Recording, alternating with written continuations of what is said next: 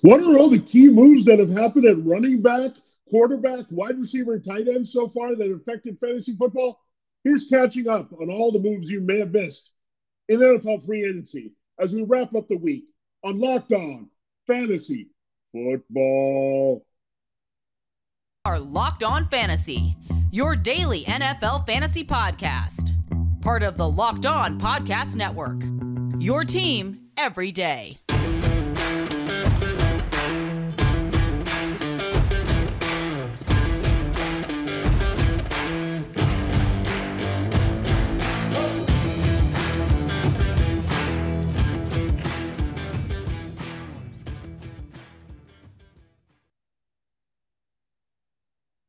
Greetings, everyone, and welcome to another edition of the Locked On Fantasy Football Podcast. As usual, I'm your host, Vinnie Iyer, and when I'm not doing this, I'm writing about NFL and fantasy football for sportingnews.com. You can check out my tracker there, looking at all the top 60 free agents overall, the best players by position as they're being signed, best players still available after these waves of free agency that have happened already. A lot of guys off the market, but a few guys that can still help teams out there. So good to catch up on all that. That's what we're going to do here to close the week. We've broken down things as they've happened for you, the waves of signings day by day here, but we're going to catch you up on all that by position so you know what's going on here. And we'll start running back, a lot of activity there, especially the last couple days. And then looking at quarterback, a lot of changes there, looking at the teams that have set up kind of their bridge situations in a lot of cases ahead of the 2023 NFL draft. And then not as much action with the wide receivers and tight ends, but still some things of note that have happened there of late, and there's some guys still out there that should also have an impact once they land with teams. So we'll break that down all for you today to close the week here on Locked On Fantasy Football. Thanks for making us your first listen every day. Subscribe and follow for free on YouTube and wherever you get your podcasts. This episode of Locked On Fantasy Football is brought to you by the all-new, all-electric 2023 Nissan Ariya, the Nissan Ariya, the EV for people who love to drive. Learn more at nissanusa.com. This is, of course, Locked On Fantasy Football, part of Locked On Podcast Network, your team every day. This is your fantasy team every day, and we want to help you all throughout the offseason as well with our kind of advanced scouting mode here for 2023. Let's start at running back and see what's going on here. We know the guys that were franchise tagged all at the top here. Josh Jacobs not going anywhere after leading the NFL in rushing yards and yards from scrimmage. He is a franchise tag, so the Raiders weren't about to let him get away, so he's status quo there and with a better team around him, I would say. Then you look at Saquon Barkley. He's also in the mix. The Giants have upgraded in certain spots as well, and they have Daniel Jones back at quarterback. So Saquon got the franchise tag once they locked up Daniel Jones to a long-term deal. And Tony Pollard coming back for the Cowboys. Well, Ezekiel Elliott is not. He's a free agent out there joining Devin Singletary, Damian Harris is the best available right now. A lot of guys have been snatched up here by teams to kind of change the courses of their backfields. The Cowboys, we know, are going forward. Tony Pollard in the lead role. We'll see if they add a power back in the draft or later in free agency. But they're moving on with Pollard. We'll see what they do. I think they'll target a back. I don't think they're going to invest highly. I don't think right now that's the case. And either Bijan Robinson right down there in Austin from Texas or Jahmyr Gibbs of Alabama. Both of those guys are worth first-round picks because they're overall great backs with feature potential, three-down potential, but Pollard they like enough where I don't think they'll take that kind of back. Let's hope not, because that would change how we feel about Pollard. Really high on him now as an RB1, of course, going forward if Elliott is not in the picture. So Jacobs, Barkley, and Pollard, 3 RB1s from fantasy football, not going anywhere. Miles Sanders also had a big year for the Eagles. Well, he'll have to do it with the Panthers now. He got signed by the Panthers. We talked about that, 4 years for $25 million. So when you have him, he's the lead back. I mean, Donta Foreman related that did not get re-signed. He went to the Bears. So a lot of things going on with these 3 moves actually in the next tier here where, okay, so Miles Sanders goes to the Panthers. So now he's their lead back. Chuba Hubbard is their kind of change of pace receiving back. So that's how that backfield shapes up right now. In Chicago now, you have David Montgomery gone. So they had to get a power back. So Montgomery went to the Lions. So your places Now, Jamal Williams in front of DeAndre Swift. This is probably not a good situation for Swift because Montgomery is a versatile guy that has some durability, while Swift's durability issues have been coming into question more for Detroit. So, what you're looking at now in Detroit is a combination of Montgomery and DeAndre Swift. So, you have Sanders and Hubbard in Carolina. Where does Donta Foreman go? Well, he ends up now with the Bears. So he's on the Bears with Khalil Herbert. So they're not totally going all in on Khalil Herbert, but I'm still high on him. I think this could end up being Foreman, kind of being the Ezekiel Elliott role of the Cowboys, and seeing the big year from Khalil Herbert being the more explosive back, the pass catching back. So good 1-2 punch, and we've seen it work. This is Luke Getsy from the Packers running the Bears offense. So you can see a parallel there also between what you have with Aaron Jones and AJ Dillon. So there's all kinds of things you can connect the dots to. So I would say I would still be pretty high on Khalil Herbert. Donta Foreman is the guy behind him as a power back. And really, Sanders and Foreman are more power backs, so they don't like to use those teams in particular in the passing game, especially when you've got Hubbard and Herbert there. And yeah, Montgomery, however, can cut into that role because he's a decent receiver. We've seen that as well, staying healthy. So they got a little bit of upgrade in Detroit over Jamal Williams because Montgomery can do a little bit more. Also finish in the red zone. Maybe not as an explosive back, but he can offer some reliability and versatile pass catching as part of the deal. So that means Jamal Williams had to find a new role with Montgomery going to Detroit. So Jamal Williams ends up replacing Mark Ingram with Alvin Kamara. Makes a lot of sense. Another situation. Alvin Kamara has been compared to Swift or more vice versa. So now you have Jamal Williams as a power back there. And we know Ingram and Kamara have worked pretty well. So they're hoping to recreate that with their updated offense here with Derek Carr at quarterback. We'll get into that as well here on those quarterback changes. But yeah, so Jamal Williams is in a good spot to maybe keep up that volume. And keep in mind, it was going back to Jamal Williams and Aaron Jones. So it all comes full circle there. And so a lot of parallels can be drawn here. So makes a lot of sense that Williams would move on and try to cash in. The Saints are a good spot for him, and the Lions, I think, upgraded as well with Montgomery. Now, we'll see about Dalvin Cook. There are rumors that the Vikings are shopping him. They re-signed Alexander Madison behind him for a couple of years and $7 million. So Samaje Perine is a little bit of a contingency for Javonte Williams coming off a major knee injury. So he leaves Cincinnati. We'll see what happens with Joe Mixon. There's been talk about them cutting him for salary cap purposes, but they don't have a chance to lean on Perine anymore in Cincinnati. He's with the Broncos, 2 years, $7.5 million. Raheem Mostert and Jeff Wilson Jr. and Myles Gaskin, they all return to Miami here. So not much changing in that backfield. Maybe Miami kicked the tires and asked about Dalvin Cook, but they don't have a first-round pick, keeping them out of the Robinson and Gibbs game. So that really has said they had to go for the running backs in the cheap. They like what Wilson Mostert, the two former 49ers, did in Mike McDaniel's system last year, so they're bringing them back.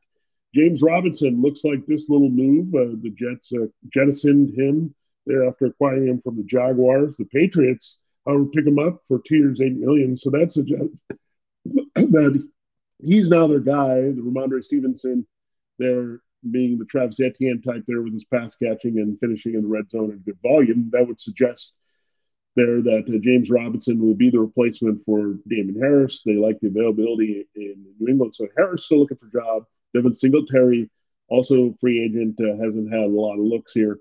And then Ezekiel Elliott into the mix as well as a veteran power back who's a good pass protector. The Eagles, we know they moved on with Rashad Penny and Boston Scott. So those two guys are the combination in Philadelphia now, with Kenneth Gainwell, of course, in the mix. So same type of situation. Penny, a little bit more explosive at times than Sanders, but still a power back that doesn't give you much of the pass game. Scott is kind of a swing back up there, and Gainwell is now your clear receiving role again. We know that the Buccaneers are moving on from Leonard Fournette, so they got Chase Edmonds to be their receiving, passing out back to help Rachaad White here without Tom Brady. Matt Breida's back. He was signed behind Saquon Barkley, so nothing changes there. You have Mike Boone leaving the Broncos as well, so the Broncos bring in Samaje Perine, but they said say goodbye to Edmonds and Boone. Boone signs the Texans behind Dameon Pierce, though, so not a big threat to Pierce after his 5 rookie season there. Amir Abdullah back in a limited pass catching, change of pace role behind Josh Jacobs in Detroit. And the Bears added a third back as well. So now they've got Khalil Herbert, Donta Foreman, and a little bit of flyer and Travis Homer is number 3. So remixed backfield for sure all around in Chicago and Detroit and all these places. So those are the key moves to catch up you on the running back here and what they mean here. So it's kind of a musical chairs and the merry-go-round here with the recycled nature of this position if you're looking for situational guys. And that's what these teams all landed up with to help their chances here once those main three guys were franchise tag. All right. Thanks again for listening to Locked On Fantasy Football, part of Locked On Podcast Network, your team every day. The Built Bar March Madness bracket is here. We know you have a favorite bar puff, and now it's your time to make it count. Go to Built March Madness to vote for your favorites. You know, I'll be voting for my favorite puffs here. I love the churro, so that'll be my favorite bar puff. And look, I'm excited because my team, Northwestern, is in the bracket, but you might have a favorite sports team, but you got to also support your team and your bar and your puff here. And you got to check it out at builtmarchmadness.com.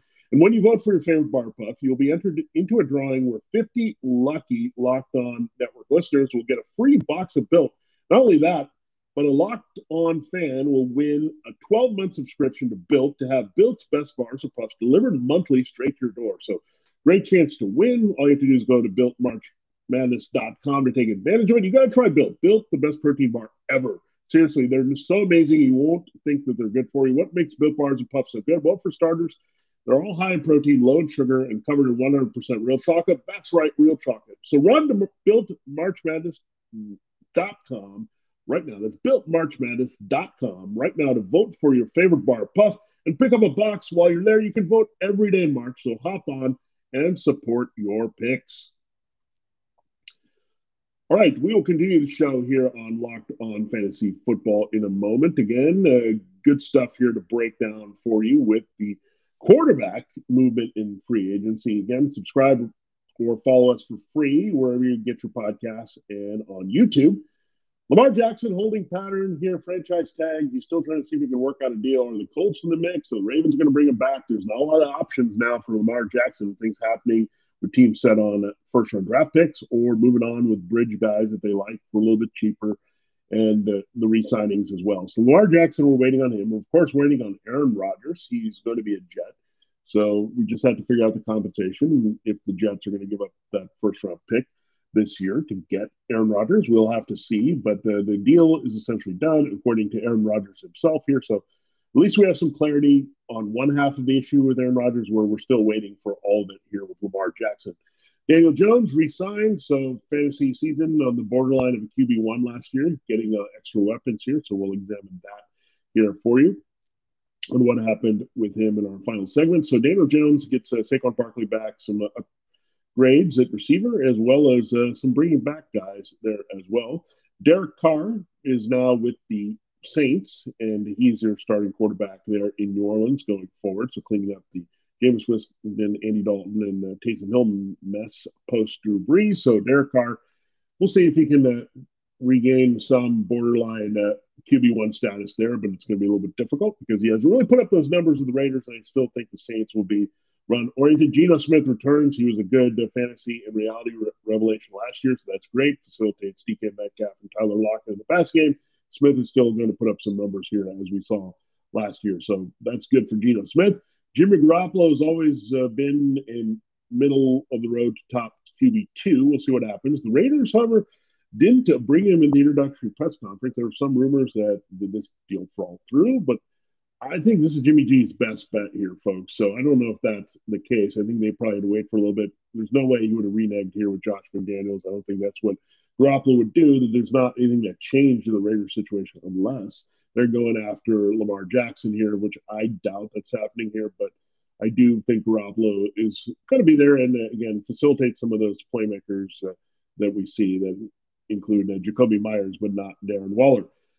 Jacoby Brissett is your competition for Sam Howell with the Commanders, so we're not sure exactly what Howell's going to give us, but Brissett, we know, facilitated last year Amari Cooper and Donovan Peoples-Jones in Cleveland, so that'll be good news if that's the case for Terry McLaurin and Jahan Dotson, and just overall with that offense to have a veteran in there.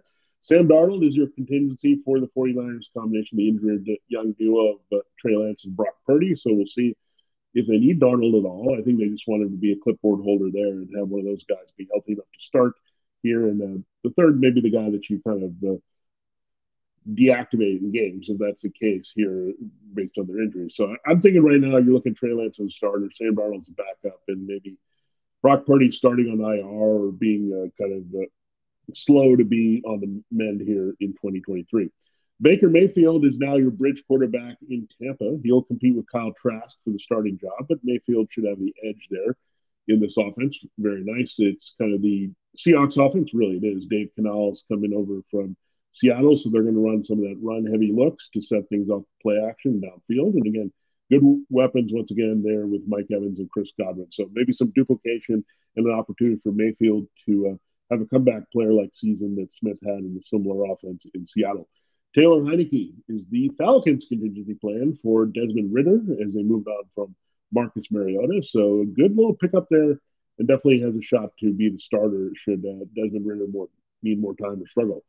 Gardner Minshew is on the move as well from the NFC East. He's going to the Colts, so he leaves the Eagles' backup situation.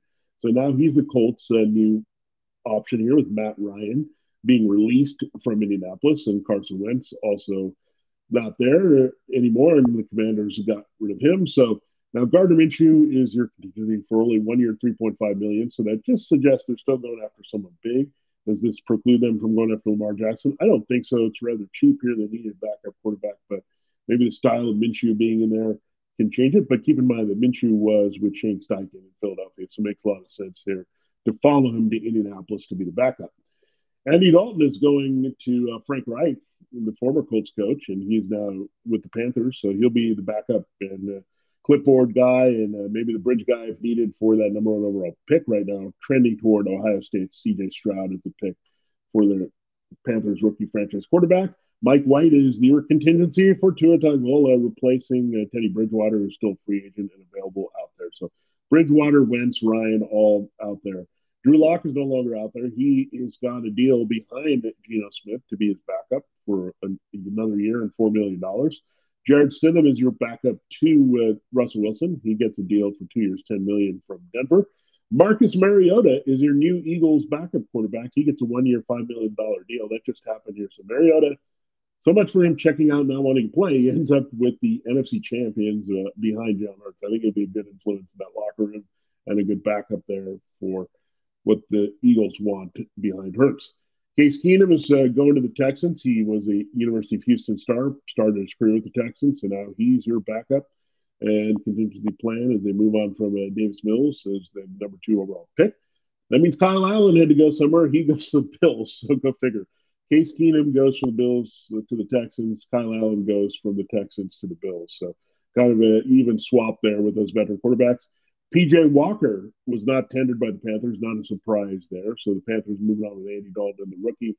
So Darnold wasn't re-signed. PJ Walker also the move. He goes to Chicago to help Justin Fields as a backup. I think he's a good backup for Fields with Trevor Siemian being released here. So he's the new guy here that we're going to look at for sure as the top backup to Justin Fields. CJ Beathard re-signed to be the backup to Trevor Lawrence in Jacksonville again. So he's back. Nick Mullins also back as the backup. So Beathard, Mullins, a couple of former 49er starters in stopgap situation, good backup situation. Mullins stays there behind Kirk Cousins in Minnesota. All right, there you have it. There's an update on all the moves there, running back and quarterback so far. We'll close the show looking at wide receiver and tight end, what we know so far with those positions. Again, thanks for making us your first listen day, part of the Locked On Podcast Network, your team every day, your fantasy football team every day here on the show. It is over for the NFL, but it is in the grind of the NBA season. You got NHL, MLB around the corner. Now is the perfect time to download FanDuel, America's #1 sportsbook app. But yeah, you got to get it because it's the best time to get into the action for non-NFL sports. Everything is going on there, and you're going to have the easiest way to bet on games because new customers get a no-sweat first bet up to $1,000. That's bonus bets back if your first bet doesn't win. Just download the FanDuel Sportsbook app. It's safe, secure, and super easy to use. Then you can bet on everything from the money line to point scores and threes drained. So a lot of exciting action in the NBA as we get closer to the playoffs. And you can get in on the player props. You can move up with points and rebounds, assists, all that kind of stuff. And just the spread money line, never easier to do that. And you also have exclusive bets that you can check out on FanDuel, like the 2x3. You can do 2 3-pointers scored in the first 3 minutes and try to cash in on that. Plus, FanDuel lets you even combine your bets for a chance at an even bigger payout with the same game parlay. So don't miss the chance to get your no sweat first bet up to $1,000 in bonus bets when you go to fanduel.com/locked on. That's fanduel.com/locked on to learn more. Make every moment more with FanDuel, an official sports betting partner of the NBA. We thank them for sponsoring this podcast and also being a key sponsor for NFL betting as well. All right, it is time to close the show to catch you up on all the wide receiver and tight end moves here. So we'll start with wide receiver. Jacoby Myers is going to the Raiders, reuniting with Josh McDaniels. He's in the mix there as a big slot / outside complementary possession guy with Devontae Adams and Hunter Renfrow for their new quarterback. Presume we're still going to stick with that. There's Jimmy Garoppolo, and nothing's going to change there. So Myers again, we're worried about his value and the value of Hunter Renfrow with the Darren Waller still there, but the Raiders traded Darren Waller to the Giants, so it opens up nicely for Myers and 11 personnel to be productive here, which should mean opening up passing him a little bit more in 2023. Juju Smith-Schuster replaces Jacoby Myers as the big slot for the Patriots. He got a pretty good multiple-year deal here, so he leaves the Chiefs. So Juju leaves the Chiefs with a little bit of a void. That bumps up Kadarius Toney up with a key role there for Kansas City. And we'll see about them re-signing Nicole Hardman, who's also a free agent. So some changes on the way in Kansas City here.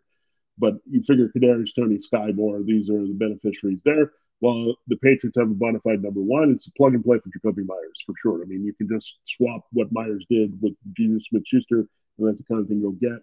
Myers, again, competing a little bit in the slot with Renfrow and competing a little bit with Adams for the touchdown. So something to watch there. But Jacoby Myers may be more wide receiver 3, and Juju could also have that value here for New England. Allen Lazard, it's hard to assess his value too much here. I still think he has some pop here as a touchdown scorer, especially if it's Aaron Rodgers being the quarterback with the Jets. But looking at Allen Lazard, maybe he can step and be number 2 with Elijah Moore and more in the change of pace 3 here. But upside for Garrett Wilson in his second year, the rookie of the year, being a bona fide wide receiver 1, Allen Lazard, and now looking at Moore could come in at wide receiver 3s if it indeed is Rodgers with the upgrade there. DJ Chark has been looked at by multiple teams here. The Lions not bringing him back so far. I mean, they've had their depth here with Jameson Williams. They feel good about his health, playing off him on Ross St. Brown. So DJ Chark will land somewhere well here. Paris Campbell, we thought he could return to the Colts or go to the Panthers. Well, he ends up with the Giants. I really like this move, a quick guy that you can work on the inside. They also signed Sterling Shepard and Darius Slayton for the Giants. So trying to keep things intact with Isaiah Hodgins. So we thought the Giants would do a little bit more here. They did get Darren Waller, but a little concerned. He's a 31-year-old tight end. Best is behind him with the hamstring injuries. But Campbell on the inside can be very active. And we're not sure what's going to happen to Wan'Dale Robinson. I mean, Campbell has some of the similar skill sets to Robinson, so that's something to watch out for with the Giants. But they did draft Robinson's regime. So we'll have to see things sort out again with the Giants, but a little bit unpredictable. Their pecking order, but Campbell does have a lot of upside here for the Giants, and I do like that move quite a bit. Adam Thielen look for teams here. Again, we're still waiting on what Hardman might do. Richie James is probably out of the mix now with Paris Campbell and Sterling Shepard there, so James is going to have to find a new home out in New York. Julio Jones, we'll see if he continues to play. The Buccaneers have not shown much interest in bringing him back. Marvin Jones, probably done here with at least the Jaguars, maybe his career. Calvin Ridley was reinstated, so that makes him superfluous there with Christian Kirk and the rest of their team with the receiving core when you also have Zay Jones in the mix. So Marvin is out probably from Jacksonville. Demarcus Robinson, the Ravens had a little interest. He's just a guy. I don't think it's going to land anywhere. Andre Carter's pretty versatile for the Chargers, but we're not going to see much from him. Matt Collins still out there. Could be the end for him. Jarvis Landry, he's really slowed down with the Saints last year, so not confident in him getting a deal. Odell Beckham Jr. on the street here, still looking for that bigger deal than maybe someone is willing to give him. He did work out pretty well, and he can be a pretty good number 2 or flyer, but if he's going to demand $20 million a year or whatever the big contract is, he's not going to get that from any team. Mentioned Darius Slayton returning to the Giants. The other move of note here that we've known so far is Robert Woods. He leaves the Titans but stays in the AFC South with the Texans. The Texans potentially still shopping Brandon Cooks here. We'll see how it plays out if Woods and Nico Collins and their new combination now for their quarterbacks. There, Mike Boone in the backfield. You also have Case Keenum as a contingency there for your number 2 overall pick with Bryce Young or C.J. Stroud rather than Anthony Richardson. So those are the moves there. And with tight end, we mentioned the trade here for Darren Waller. The Giants hoping that he will stay healthy here. I'm a little skeptical again with the health. It really kills the value of Daniel Bellinger. But they need a big target. If he can be somewhat healthy, he can be decent in the backdoor tight end 1, but not loving it here after the injury issues last year kept him out with the hamstring. Evan Ingram is back in the mix of Jaguars. Made perfect sense coming off his best season and a key target there for Trevor Lawrence. You have Dalton Schultz still needing to be signed here, so we'll see what happens with him. The Chargers are the top contender to get him and replace Gerald Everett, who they can easily cut here. Makes a lot of sense with Dalton Schultz potentially going and reuniting with Kellen Moore, the former Cowboys offense coordinator. Hayden Hurst is with the Panthers, so they did restructure Ian Thomas's contract. So they have Ian Thomas, Tommy Tremble, and Hayden Hurst. Not much to see there yet. Hurst had his flashes with the Bengals, but different style of offense, pass happy. Hurst could return to more of a blocking inline role here. We'll see. But they needed some receiving help. The Panthers got that, but I'm not going to run them in fantasy. Now, this move does intrigue me in fantasy. Mike Gesicki, what do we say about the 12 personnel that the Patriots could return to here? Now, you don't do this. Trade Jonnu Smith, by the way, to the Falcons. He gives some depth there for blocking for Kyle Pitts being more involved as a receiver. Now, Mike Gesicki arrives here with Hunter Henry. These are 2 pretty top tight ends that have had fantasy value outside in previous stops. Henry with the Chargers, Gesicki with the Dolphins. 1 year, $9 million. So pretty big investment. They weren't happy with Jonnu Smith's availability. Didn't like him as a fit in the offense. Remember, Penn State high. Bill O'Brien did coach at Penn State. So Gesicki and Henry might be the bread and butter of what they do in the middle of the field with Juju Smith-Schuster. So creating some size, inside ability, 12 personnel slot using the tight ends. Gesicki not the best blocker, so that would say he's the versatile guy. Hunter Henry is a better blocker than him.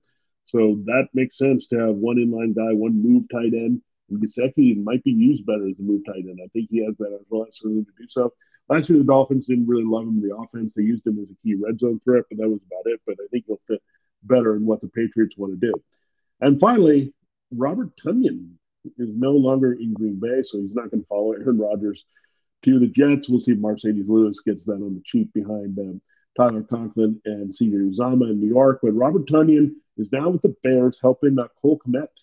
So I don't know how much it affects Kmet's value. I think you look at Tonyan is just more of a contingency backup there. So not the greatest landing spot for Tonyan. His fantasy value, his best days are probably behind him, that short to flash he had with the Packers. So that's it. Again, we're waiting for Dalton Schultz there, and that's the key move. And great tight end class. We talked about Michael Mayer, Dalton Kincaid, just Luke Musgrave. You've got Darnell Washington. So very, very good tight end class in the draft, and that's why you've seen the slow action here. But again, interesting how the Patriots are going down the road with 12 personnel, but could do it more effectively this time with O'Brien as the offensive coordinator.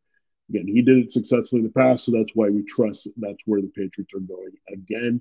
And this maybe hurts our chances of getting Mayer and Kincaid in the first round for that team. So we'll see. We'll open things up for different teams for sure to get involved. Thanks for making Locked On Fantasy Football your first listen every day. We'll break down hopefully some more things that happen in free agent. Then we'll have an Aaron Rodgers or Lamar Jackson resolution for you on Monday, and it'll break things down, and we'll keep you looking at the teams there. So maybe we'll look at the team perspective, what teams have improved the most in fantasy overall with our players. We'll look at that on the next time here at Locked On Fantasy Football. Now make your second listen Locked On NFL Scouting with the Draft Dudes, from free agency to draft, salary cap management, more. Join NFL experts Kyle Krabs and Joe Marino as they take you through what it's like to build a successful NFL franchise every Monday through Friday. And find Locked On NFL Scouting with the Draft Dudes wherever you get your podcasts and on YouTube. Part of the Locked On Podcast Network, just like this show, your team every day. For Locked On Fantasy Football, this has been Vinnie Iyer. Have a great weekend. Enjoy the NCAA tournament. It's a little bit of fun. There is an NFL interlude, and we'll catch you up on NFL free agency again on Monday.